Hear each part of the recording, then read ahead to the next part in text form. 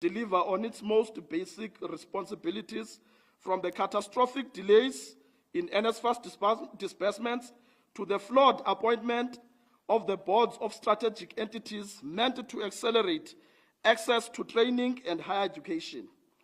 These failures also include the chronic underfunding of institutions that serve the children of the working class and poor. University and college managers behave like ruthless CEOs of profit-driven enterprises, compromising the same stakeholders whom they are appointed to protect.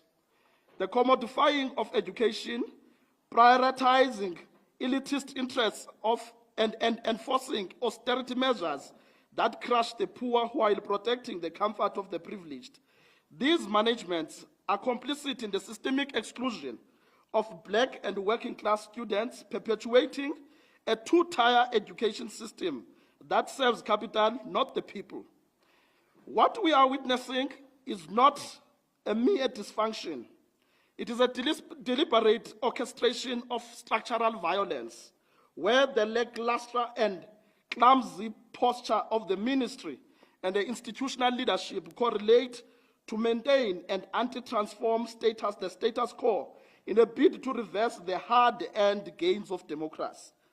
Therefore, the 23rd National Executive Committee, directly and indirectly through its deployees in SRCs and branches across all campuses, have been on the ground shoulder to shoulder with students across the country, listening to their cries, soothing their pain, and organizing alongside them.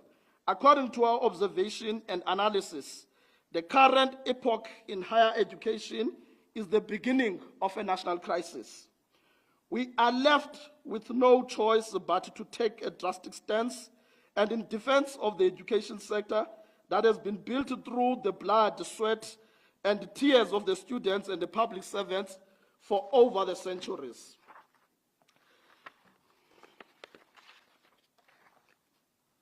However, SASCO refused to play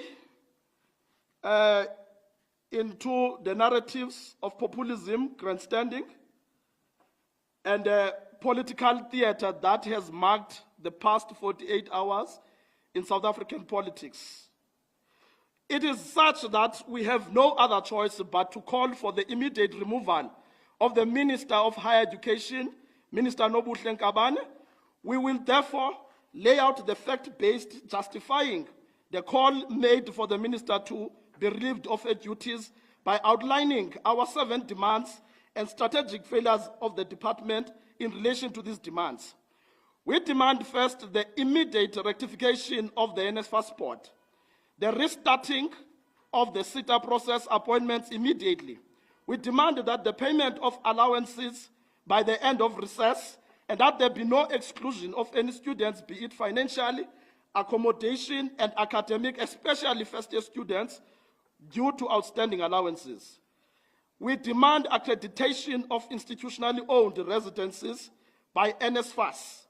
We are taking lessons directly from what happened at Walter Sisulu, and we're calling for the justice of Sisonke. We demand the beginning of the public process on the amendment of the Higher Education Act. We demand the write-off of the student debt now. We demand the extension of NSFAS applications so that they can increase the reach to rural and township areas. We demand that the rape and GBV crisis centers must be established on all campuses in our institutions of higher learning. Beginning with the rectification of the composition of the NSFAS board.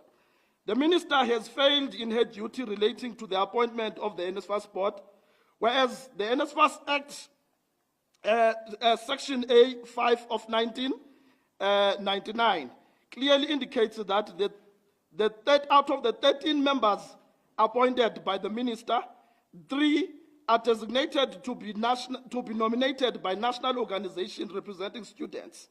And that to this extent that we declare that that board is illegal, considering that its appointment has been flawed throughout.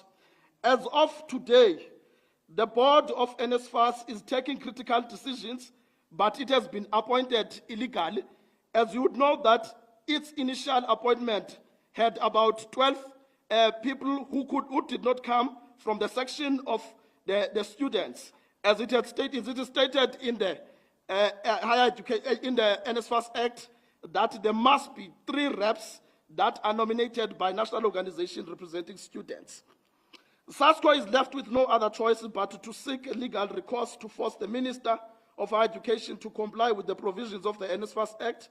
It is disheartening and disappointing to note that despite certain members of the Portfolio Committee claiming student activism credentials, this is a glaring disregard of the legislation and it has been ignored, and that we call upon the members of the Portfolio Committee to take this matter of the NSFAS board into serious regard and take the interests of the students and place them at the center of the work that is conducted by the Portfolio Committee.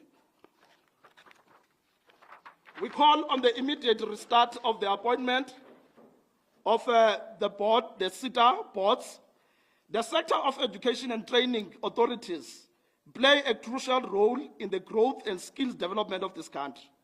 The manner in which the minister handled the appointments of Setas, especially chairpersons, has been laid bare for the entire nation to witness. The manner in which the appointments were handled indicates a pure disregard for the citizens of this country, and yet again affirms the ministry's a lack of due diligence mechanisms that are non-existent. First, the minister refused to reveal the details of the people who were responsible for the appointment of the chairpersons. Further to that, it has surfaced that there is a possibility that the minister may have lied to the Portfolio Committee as it relates to all the processes leading to the appointment of the chairpersons.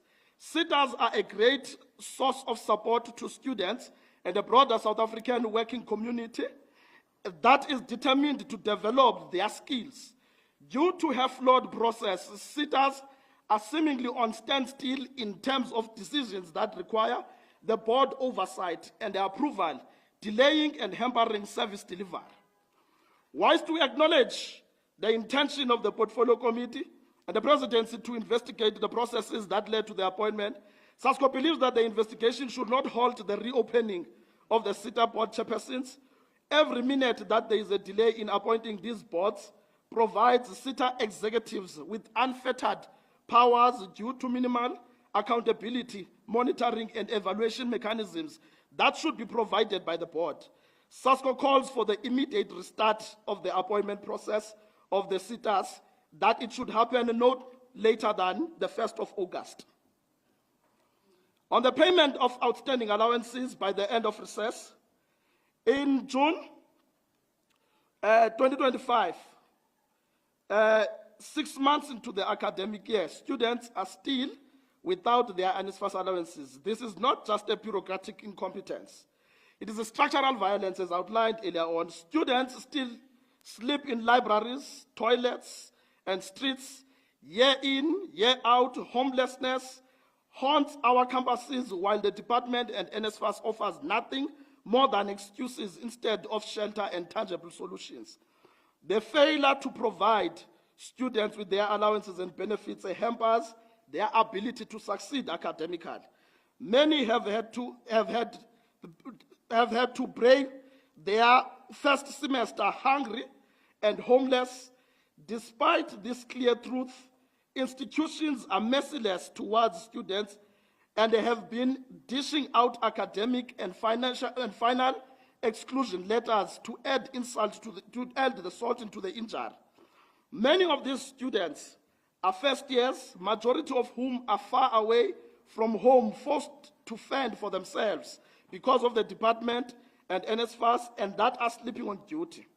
As a result, SASCO rejects any kind and form of exclusions, be it financial, academic, and accommodation, and any nature and form of students whose ability to perform has been hampered by the failures of NSFAS to pay timeously. SASCO is calling for the immediate funding of all students affected by the university TVET application mismatch. We have instructed all SRC to create a database of students that are victims of this evil and heartless exclusion. On accreditation of institutional-owned residences and accommodation by NSFAS. The Office of the Minister deliberately misled the country by releasing a statement that the student who passed at Walter Sisulu University in April was not a student. The release of such serious information was done without a proper verification of facts. As things stand, no one has been held responsible for such reckless conduct. It should be understood that the students of Walter Sisulu, like any other students in many of our institutions, stood for their right to conducive environment on campus and proper accommodation that is provided by institutions of higher learning. Furthermore, activities at WUSU have continued like life of innocent student was snuffed out due to cocktail of incompetence and failures. The officials that publicly lied about the studentship of Sisonke continue to earn their salaries. The residence department at WUSU has done little so far to address the disgusting state of their residences, which are not fit to house even prisoners. In essence, the death of Sisonke was in vain. SASCO will not stand by, allow this miscarriage of justice and lack of accountability to continue unabated. We are calling for the achievement of the justice for Sisonke. On the amendments of the Higher Education Act, simply to highlight the level of incompetence of Minister Nobuhle Nkabane, following the minister's oversight visit to University of KwaZulu-Natal. DHET released information that the minister has instructed the University of KwaZulu-Natal to extend registration. The false information being shared as an instruction made many students to think that they had more time to fix their registration issues. The use of the word instructed and her conduct during the oversight visit implies that the minister is not clued up on the Higher Education Act, which gives universities institutional autonomy to set their own academic calendars. SASCO continues to call for the amendment of the Higher Education Act to increase the voice of government in regulating universities. However, a competent minister would have been clued up on her powers and limitation is guided by the Act, which regulates her department. The Higher Education Act, as was last amended in 2016, essentially for about 10 years, there has been no deliberate review of the Higher Education Act.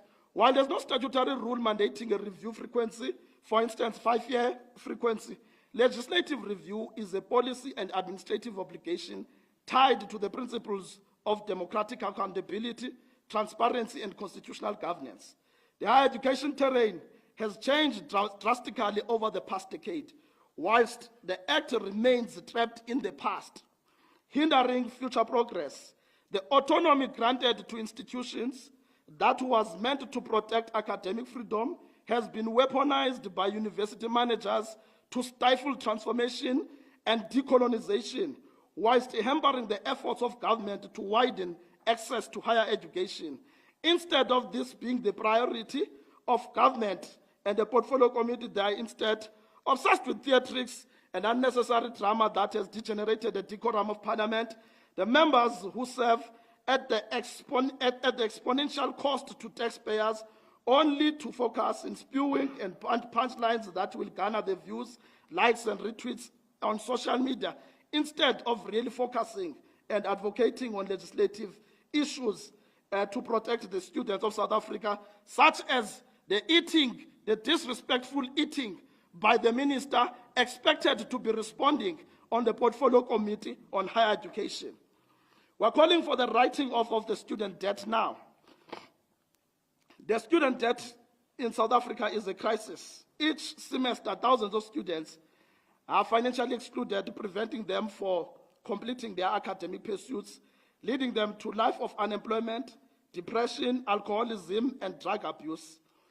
The media, as it is reported on the figures of the student debt, in many cases with this debt, which has not yet been prescribed, SASCO calls for the scrapping of the student debt in its totality and for the process to be undertaken that allows students whose qualifications are incomplete due to financial exclusion to be allowed to register and graduate, and that those who have graduated to receive their qualifications so that they can look for employment.